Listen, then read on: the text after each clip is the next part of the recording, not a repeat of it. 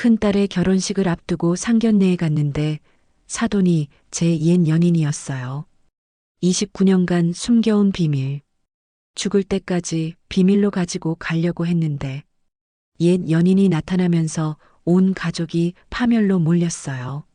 하지만 더 충격적인 건 따로 있었죠. 안녕하세요. 내 이름은 윤민정. 올해 55입니다. 부산 해운대구 작은 골목에서 미용실을 운영하고 있죠. 25에 결혼해서 아이 넷을 낳고 키우며 살아왔어요. 첫째 수진이가 28, 둘째 민호가 26, 셋째 소희가 23, 막내 준호는 올해 고등학교 3학년이니까 17이네요. 남편 강태식은 저보다 5살 많아 올해 60입니다. 젊었을 때는 참 잘생겼었는데 지금은 머리도 많이 빠지고 배도 나왔지만 여전히 든든한 가장이죠. 중소기업을 운영하고 있어요. 플라스틱 부품을 만드는 회사인데 규모는 크지 않아도 직원이 20명 정도 되니까 나름 성공한 편이라고 생각해요. 사실 우리 집이 항상 이렇게 평탄했던 건 아니에요. 태식이가 사업을 몇 번 실패한 적이 있거든요. 첫 번째는 수진이가 중학생일 때였어요. 친구와 함께 음식점을 차렸다가 망했죠. 두 번째는 민호가 고등학생일 때 건설업에 손을 댔다가 큰 손해를 봤습니다. 그때마다 저는 미용실에서 하루 12시간씩 일하며 가게를 떠받쳤어요. 특히 수진이에게는 미안한 마음이 커요. 다른 아이들과 달리 어려서부터 동생들을 돌보며 자랐거든요. 학원도 제대로 못 보내줬는데 혼자서 공부해 대학까지 졸업했어요. 지금은 작은 회사에서 사무직으로 일하고 있습니다. 똑똑하고 당찬 성격이라 저는 늘 자랑스러워했죠. 민호는 자유분방한 편이에요. 대학 졸업 후 몇 번 직장을 옮겼는데 가족 일에는 별로 관심이 없어 보여요. 그래도 속은 따뜻한 아이라 위기 때마다 조용히 도움을 주곤 하죠. 소희는 막내딸이라 그런지 감성적이고 순진해 보이지만 자기 생각이 뚜렷한 편이에요. 대학생이 된 후로는 야망도 생긴 것 같고요. 막내 준호는 아직 고등학생이지만 형이나 누나들과는 다른 면이 있어요. 철없어 보이면서도 가족을 객관적으로 바라보는 시선이 있거든요. 가끔 어른스러운 말을 해서 놀랄 때가 있죠. 요즘 우리 집 분위기는 정말 좋아요. 태식이 사업이 안정되면서 경제적으로 여유가 생겼거든요. 무엇보다 수진이가 결혼을 앞두고 있어서 온 집안이 들뜬 상태입니다. 상대방은 괜찮은 집안의 아들이에요. 공무원이라 안정적이고 성격도 차분하고 좋더라고요. 결혼 준비를 하면서 수진이와 함께 예물을 보러 다니고 드레스를 고르는 일이 이렇게 행복할 줄 몰랐어요. 그동안 고생만 시킨 큰딸이 좋은 사람 만나 행복하게 살 생각을 하니 눈물이 날 정도였습니다. 미용실 단골 손님들도 수진이 결혼 이야기만 나오면 다들 축하해 주세요. 이웃들 사이에서도 우리 집이 잘 되고 있다는 소문이 나 있어요. 이제 정말 웃을 일만 남았다고 생각했습니다. 하지만 이런 평온한 일상이 얼마나 오래 갈지 그때는 전혀 예상하지 못했죠. 지금은 평온하지만 예전에는 정말 힘들었어요. 특히 태식이가 두 번째 사업에 실패했을 때가 가장 절망적이었습니다. 민호가 고등학교 2학년 때였는데 그때 일을 생각하면 지금도 가슴이 아파와요. 태식이는 건설업에 뛰어들면서 큰 돈을 벌 수 있다고 확신했어요. 친구가 소개해준 사업이라며 집까지 담보로 잡혔습니다. 저는 반대했지만 태식이는 이번엔 다르다며 고집을 부렸죠. 결국 6개월 만에 모든 걸 잃었어요. 집은 경매로 넘어갔고 우리는 작은 전세집으로 이사를 가야 했습니다. 그때 수진이가 20살이었어요. 대학교 2학년인데도 아르바이트를 3개나 했습니다. 편의점, 패스트푸드점, 과외까지 하면서 가게에 보탰어요. 친구들과 놀 시간도 연애할 시간도 없이 오로지 돈 벌기에만 매달렸죠. 그 모습을 보면서 얼마나 미안했는지 몰라요. 민호는 그때부터 아버지를 원망하기 시작했어요. 집에서도 거의 말을 안 하고 밖에서 시간을 보내는 일이 많아졌습니다. 소희는 아직 중학생이었는데도 눈치가 빨라서 용돈을 달라는 말을 못하더라고요. 준호는 초등학생이었지만 집안 분위기를 읽고 조용히 지냈어요. 저는 그때부터 미용실에서 살다시피 했습니다. 새벽 7시에 나가서 밤 10시에 들어오는 게 일상이었어요. 손님 머리를 하면서도 계속 계산기를 두드렸죠. 월세, 생활비, 아이들 학비까지 생각하면 머리가 지끈거렸습니다. 가장 힘들었던 건 수진이가 대학 등록금을 내지 못할 뻔했을 때예요. 학자금 대출을 받으려고 했는데 서류가 복잡하고 시간이 오래 걸린다고 하더라고요. 수진이는 괜찮다며 휴학하겠다고 했지만 저는 그럴 수 없었어요. 결국 미용실 단골 손님 몇 분께 돈을 빌렸습니다. 그런 날들이 3년 정도 계속됐어요. 태식이는 취직을 해서 월급을 받았지만 빚을 갚기에는 턱없이 부족했죠. 매일 밤 잠자리에 누우면 천장을 보며 눈물을 흘렸어요. 언제까지 이렇게 살아야 하나 아이들에게 너무 미안하다는 생각뿐이었습니다. 수진이는 그런 상황에서도 불평 한 번 안 했어요. 오히려 저를 위로해주곤 했죠. 엄마 덕분에 자신이 강해졌다고 나중에 꼭 보답하겠다고 말하는 모습에서 얼마나 대견했는지 몰라요. 하지만 동시에 너무 일찍 철이 든 것 같아 마음이 아팠습니다. 다른 집 아이들은 20살에 예쁜 옷 입고 여행도 다니는데 우리 수진이는 낡은 옷을 입고 일만 했거든요. 친구들과 만날 시간도 없어서 인간관계도 제대로 못 맺었어요. 그런 모습을 보면서 언젠가는 꼭 보상해주겠다고 다짐했습니다. 태식이도 그 시절을 후회하고 있다는 걸 알아요. 가끔 술을 마시면서 수진이에게 미안하다고 중얼거리곤 했으니까요. 지금이라도 잘 되어서 다행이지만 그때의 상처는 쉽게 사라지지 않을 거예요. 특히 수진이 마음속에 남은 결핍감은 아직도 남아있는 것 같아요. 드디어 수진이 상견례 날이 되었습니다. 한 달 전부터 준비한 날이었어요. 수진이는 새벽부터 일어나 머리를 손보고 화장을 정성스럽게 했어요. 저도 미용실에서 가장 좋은 옷을 골라 입혔습니다. 그동안 고생만 시킨 큰딸이 이렇게 예뻐 보인 적이 없었어요. 상견례 장소는 해운대 쪽에 괜찮은 한정식집이었습니다. 상대방 집안에서 정한 곳이었는데 분위기부터 남달랐어요. 문을 열고 들어가자마자 고급스러운 인테리어가 눈에 들어왔죠. 태식이도 평소보다 긴장한 모습이 역력했어요.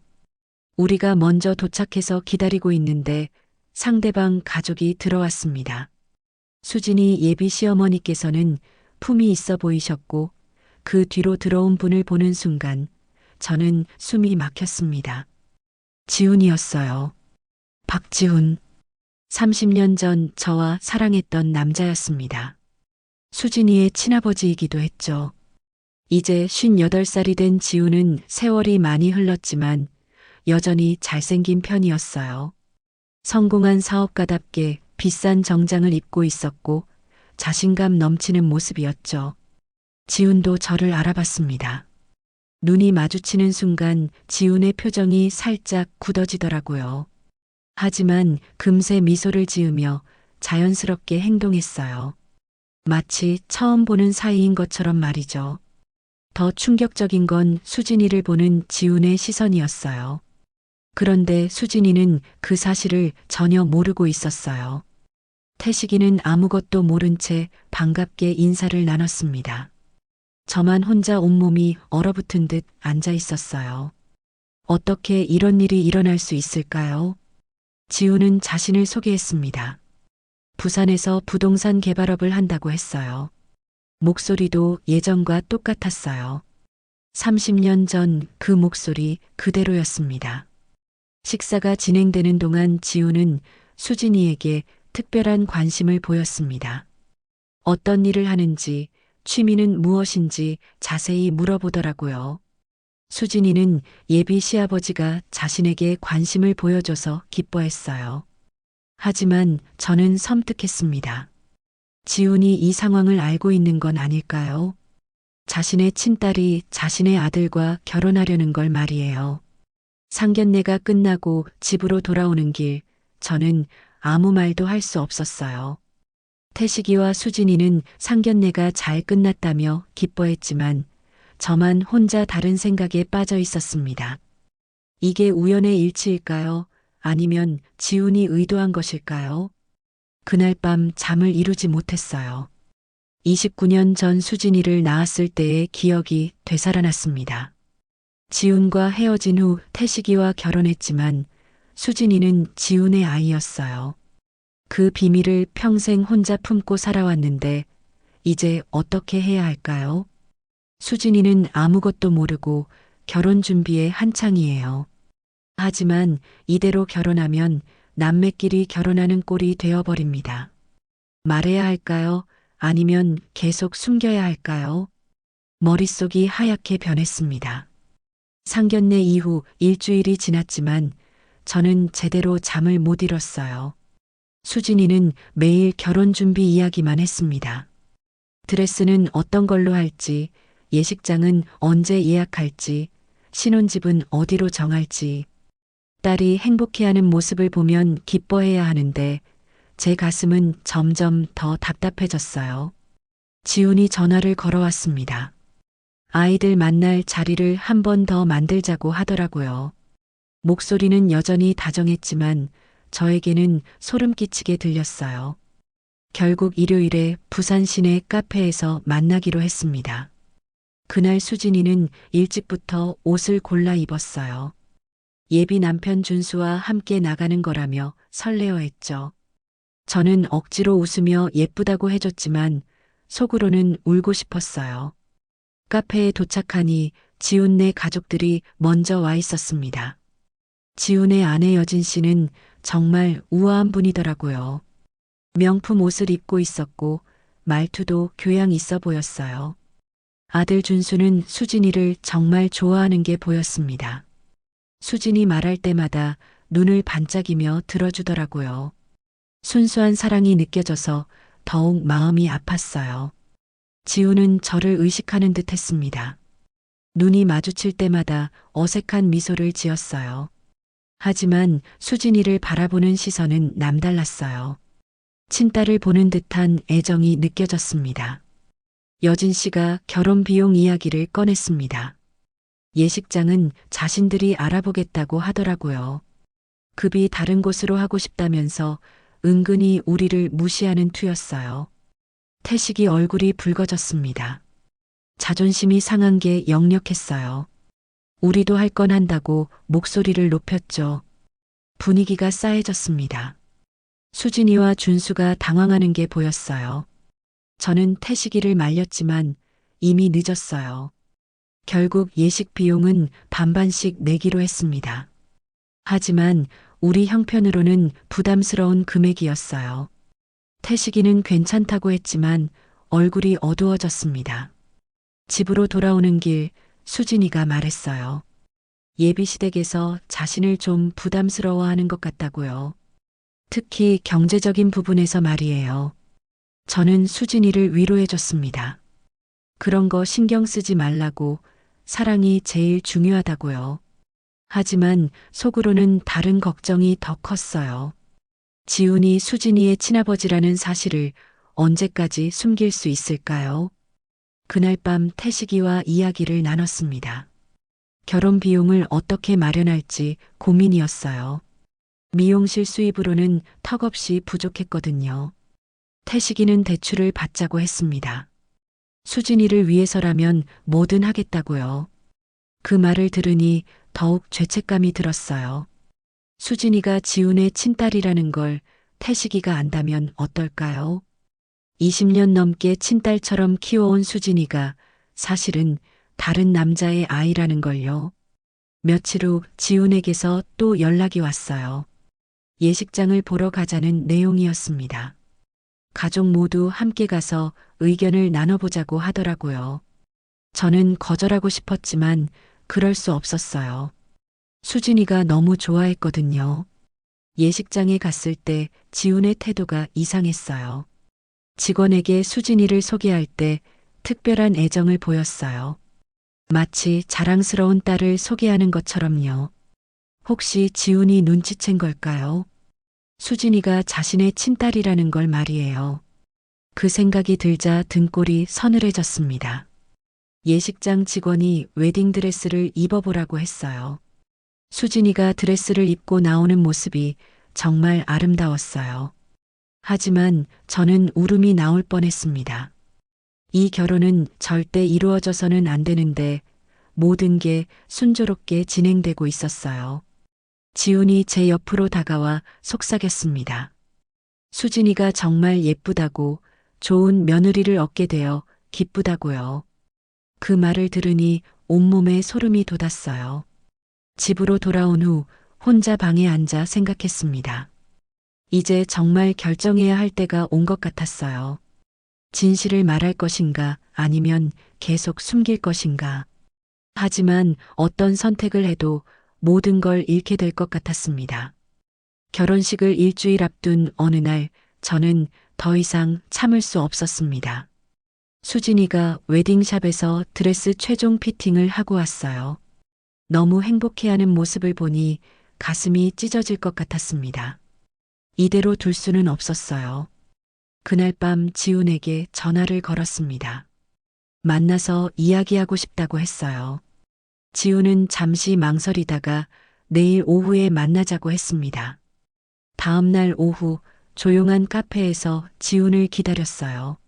30년 만에 둘만 마주 앉게 되는 자리였습니다. 지훈이 들어오더니 어색한 미소를 지었어요. 오랜만이라며 안부를 물었지만 저는 바로 본론을 꺼냈습니다. 지훈에게 말했어요. 수진이가 지훈의 친딸이라고 말이에요. 29년 전 우리가 헤어진 후 임신 사실을 알게 됐는데 지훈에게는 말하지 않았다고요.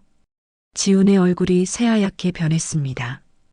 컵을 들고 있던 손이 떨렸어요. 뭐라고 반복해서 물어보더라고요. 저는 차근차근 설명했습니다. 수진이 생일과 우리가 헤어진 시기를 계산해 보라고 했어요. 지훈은 한동안 아무 말도 못했습니다. 그러더니 갑자기 화를 냈어요. 왜 그때 말하지 않았냐고 29년간 자신의 딸을 몰랐다고 소리를 질렀습니다. 저는 그때 상황을 설명했어요. 지훈은 이미 다른 여자와 약혼한 상태였고 저는 태식을 만나 안정을 찾았다고요. 모든 걸 포기하고 수진이를 태식의 딸로 키우기로 결심했던 거라고 했습니다. 지훈은 머리를 감싸 안고 괴로워했어요. 그러면서 이제 어떻게 하냐고 물었습니다. 준수와 수진이는 남매인데 결혼을 어떻게 막냐고요.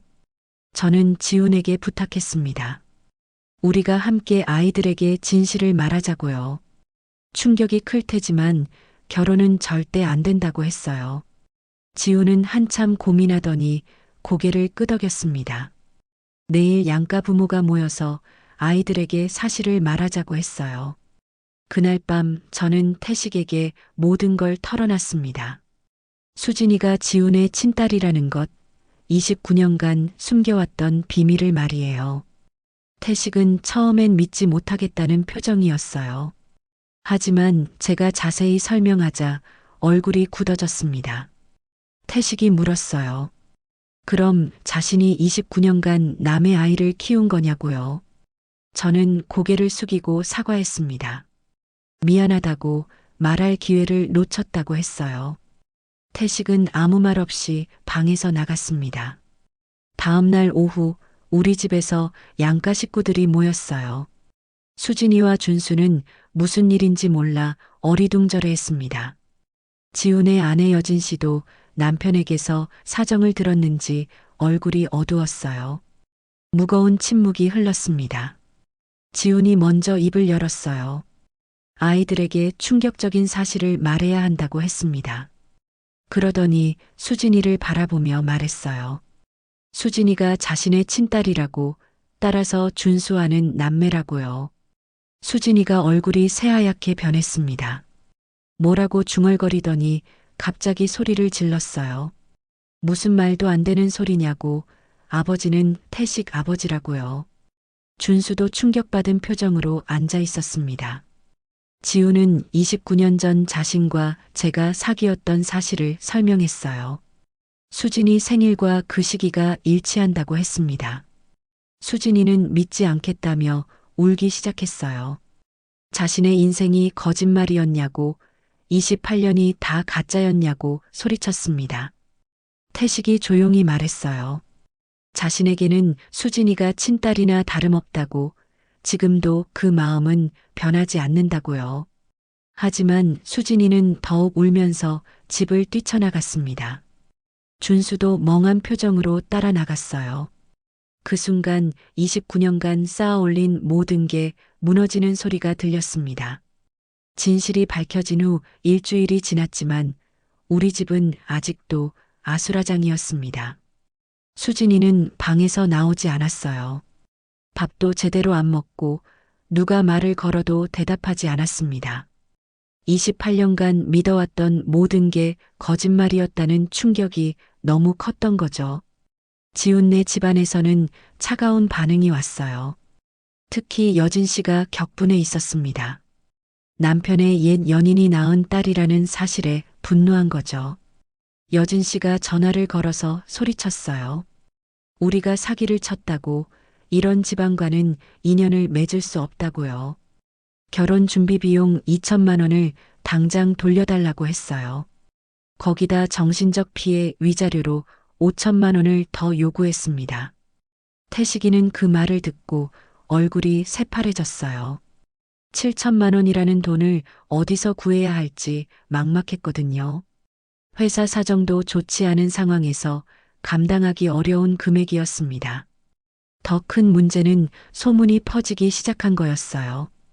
여진 씨가 동네 사람들에게 말하고 다니는 것 같았습니다. 우리를 사기꾼 집안이라고 말이에요. 지우는 아내를 말리려고 했지만 여진 씨의 분노를 막을 수 없었어요. 미용실에도 영향이 미쳤어요. 단골 손님 몇 분이 예약을 취소했습니다. 30년 넘게 다녔던 김 여사님도 어색한 표정으로 말했어요. 요즘 바빠서 미용실을 못 오겠다고요. 하지만 진짜 이유는 따로 있다는 걸 알 수 있었어요. 태식이 회사에도 문제가 생겼습니다. 주요 거래처에서 연락이 왔어요. 앞으로 거래를 중단하겠다고 하더라고요. 알고 보니 그 회사들이 여진 씨 친정과 연결되어 있었습니다.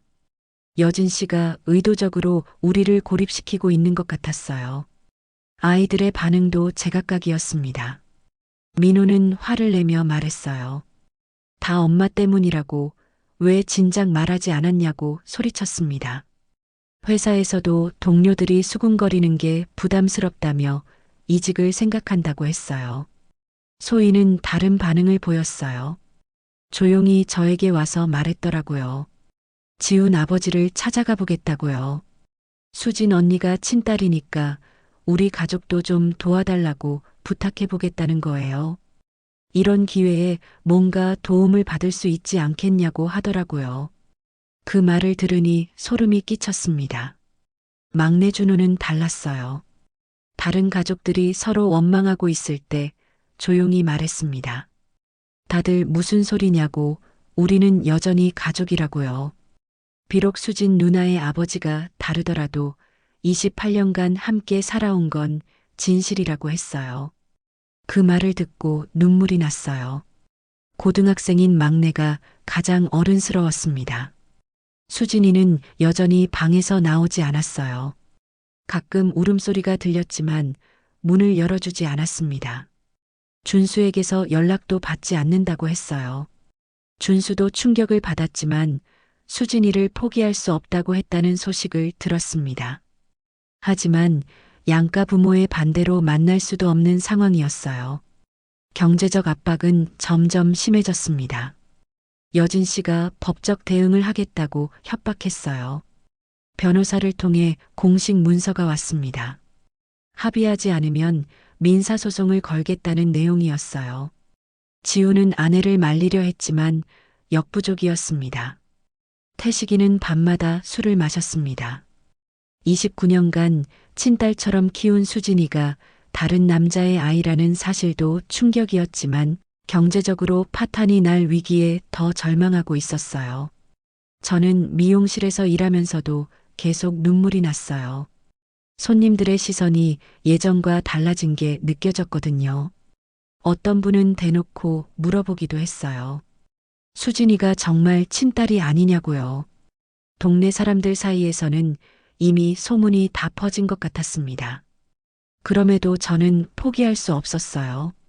수진이는 제가 낳은 딸이고 29년간 사랑으로 키운 아이였거든요. 누가 뭐라고 해도 제 딸이라는 마음은 변하지 않았습니다. 하지만 현실은 점점 더 어려워지고 있었어요. 이 모든 게 언제 끝날지, 우리 가족이 과연 이 위기를 이겨낼 수 있을지 막막했습니다. 경제적 압박이 심해지자 저는 집안 정리를 하기 시작했어요. 혹시 팔 만한 물건이라도 있나 싶어서 말이죠. 오래된 서류들을 뒤지다가 태식이 낡은 통장을 발견했습니다. 20년 전부터 쓰던 통장이었어요. 호기심의 내역을 훑어보는데 이상한 점을 발견했습니다. 매달 50만 원씩 일정하게 빠져나간 기록이 있었어요. 그것도 20년 동안 계속 말이에요. 처음에는 태식이가 적금을 넣은 줄 알았어요. 하지만 적금 통장을 따로 확인해 보니 그게 아니었습니다. 그럼 이 돈은 어디로 간 걸까요? 태식이에게 물어봤지만 대답을 회피했어요. 계속 추궁하자 태식이가 화를 냈습니다. 지금 상황에 그런 게 중요하냐고 소리를 질렀어요. 하지만 저는 포기할 수 없었어요. 20년간 매달 50만 원이면 총 1억 2천만 원이에요. 그 큰 돈이 어디로 갔는지 알아야 했습니다. 결국 태식이가 술에 취한 어느 날 밤 진실을 털어놨어요. 그 돈은 지훈에게 간 거였습니다. 20년 전부터 지훈이 태식에게 돈을 요구해왔다는 거예요.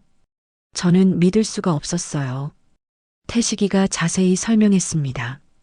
수진이가 초등학생일 때 지훈이 갑자기 태식을 찾아왔대요. 그때 지훈은 수진이가 자신의 딸이라고 단언했다고 해요. 민정과 헤어진 후 임신 사실을 뒤늦게 알게 됐다면서 비밀을 지키고 싶으면 매달 돈을 달라고 협박했던 거죠. 태식이는 처음에는 거절했대요. 하지만 지훈이 협박을 했다고 합니다. 만약 거절하면 수진이 출생의 비밀을 세상에 알리겠다고 했다는 거예요.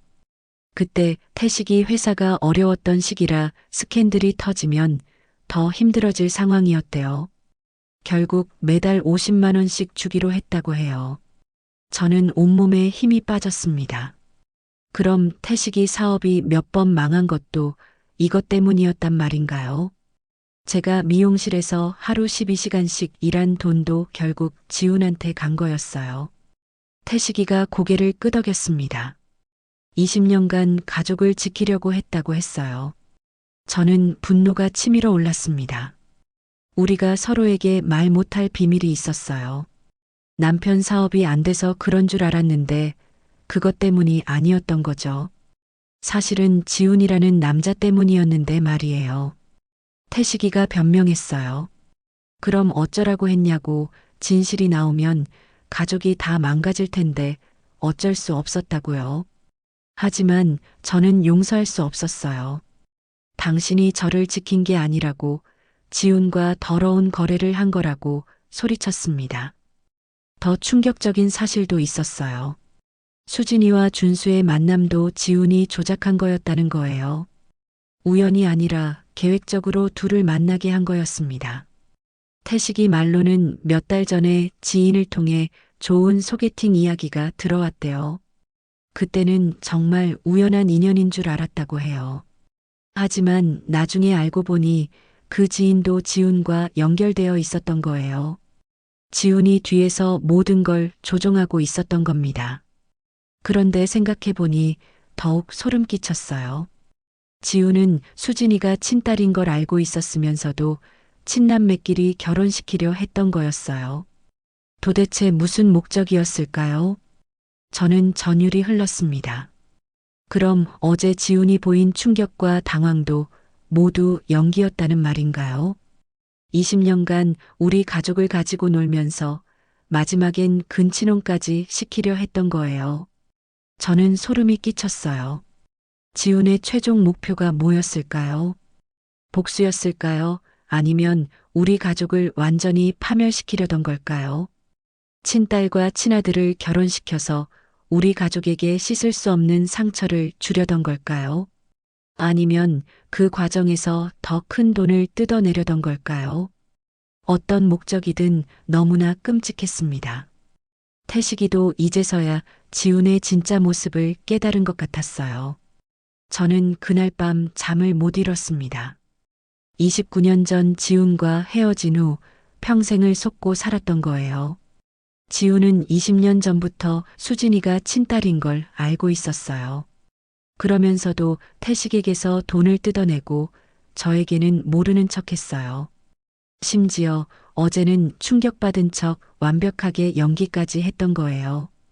그리고 친남매를 결혼시켜서 우리 가족을 완전히 망가뜨리려던 거였어요. 다음 날 지훈에게 전화를 걸었습니다. 만나자고 했어요. 이번에는 제대로 된 이야기를 나누고 싶다고 말했습니다. 지훈은 잠시 망설이더니 알겠다고 했어요. 20년간의 거래에 대해서 따져봐야 할 시간이 왔습니다. 조용한 카페에서 만났습니다. 저는 지훈에게 물었어요. 도대체 왜 이런 짓을 했냐고, 20년간 우리를 가지고 논 이유가 뭐냐고요. 지훈의 대답은 정말 충격적이었습니다. 전혀 미안해하지 않더라고요. 오히려 당당하게 말했어요. 내가 숨긴 게 잘못이라고 29년 전에 임신 사실을 말했어야 한다고요. 자신의 권리를 빼앗긴 대가를 받은 거라고 했습니다. 심지어 친남매를 결혼시키려던 것도 별로 대수롭지 않게 생각하더라고요. 어차피 혈연 관계인 줄 모르고 사랑했으니 상관없다는 식이었어요. 저는 그 순간 깨달았습니다. 지훈과는 더 이상 대화가 불가능하다는 걸요. 20년간 우리 가족을 괴롭힌 것에 대한 죄책감이 전혀 없었어요. 오히려 자신이 피해자라고 생각하고 있었습니다. 그 자리에서 저는 말했어요. 이제 정말 끝이라고, 다시는 우리 가족 앞에 나타나지 말라고요. 지훈은 비웃으며 그러겠다고 했습니다.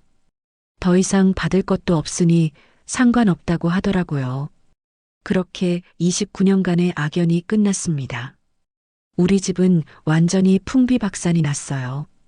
여진 씨가 요구한 7천만 원을 마련할 수 없어서 결국 집까지 팔아야 했습니다. 우리 집이 경매로 넘어갔어요. 태식이 회사도 결국 문을 닫았어요. 거래처들이 모두 등을 돌리면서 더 이상 버틸 수 없었거든요. 직원들에게 밀린 월급을 주고 나니 남은 건 빚뿐이었습니다. 미용실도 마찬가지였어요. 단골 손님들이 하나둘 떠나면서 수입이 크게 줄었어요.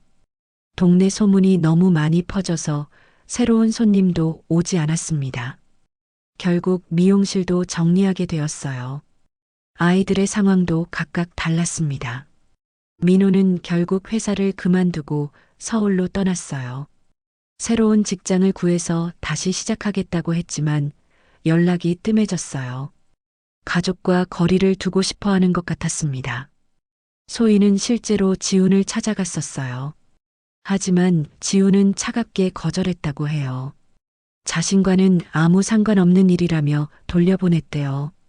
소희는 그 후로 더욱 삐뚤어졌어요.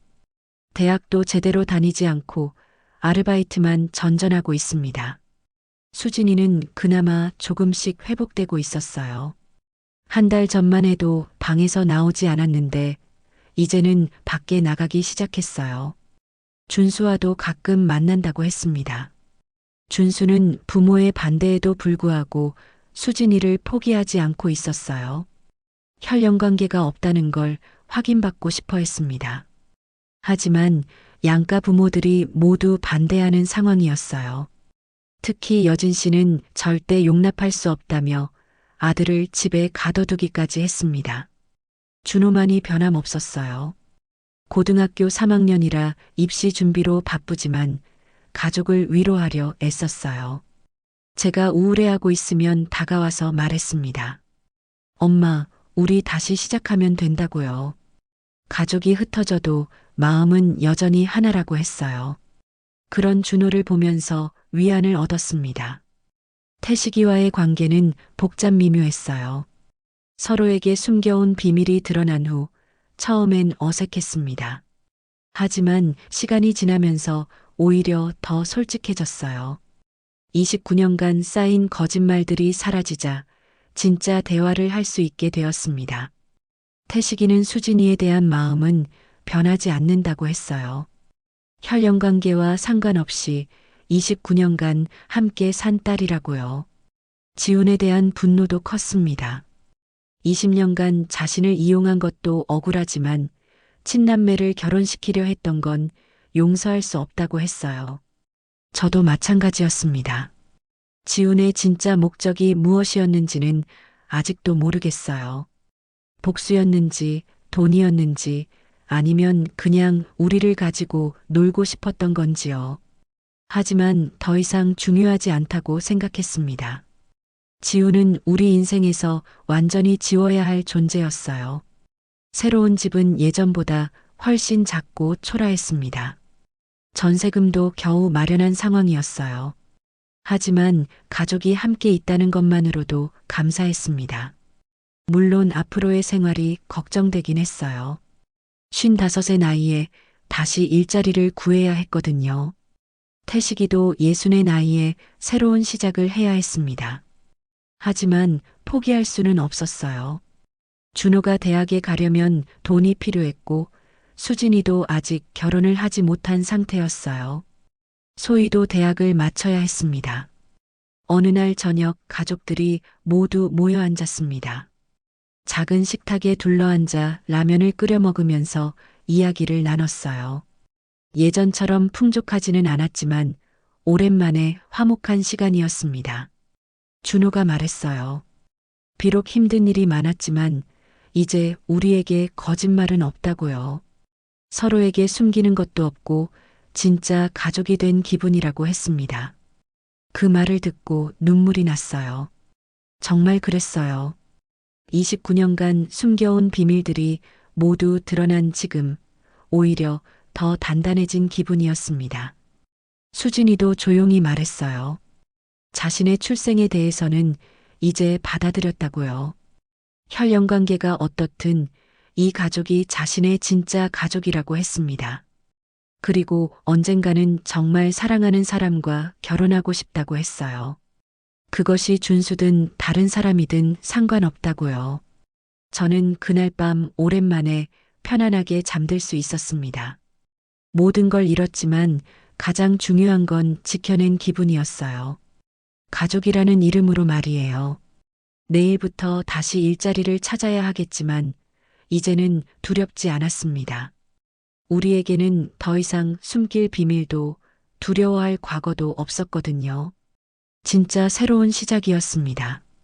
29년간 숨겨왔던 모든 비밀이 드러났지만 우리는 여전히 가족이었어요. 혈연보다 더 진한 사랑으로 말이죠. 이제 정말 홀가분해요. 앞으로는 숨길 것도 두려워할 것도 없으니까요. 모든 이야기를 들어주셔서 고맙습니다.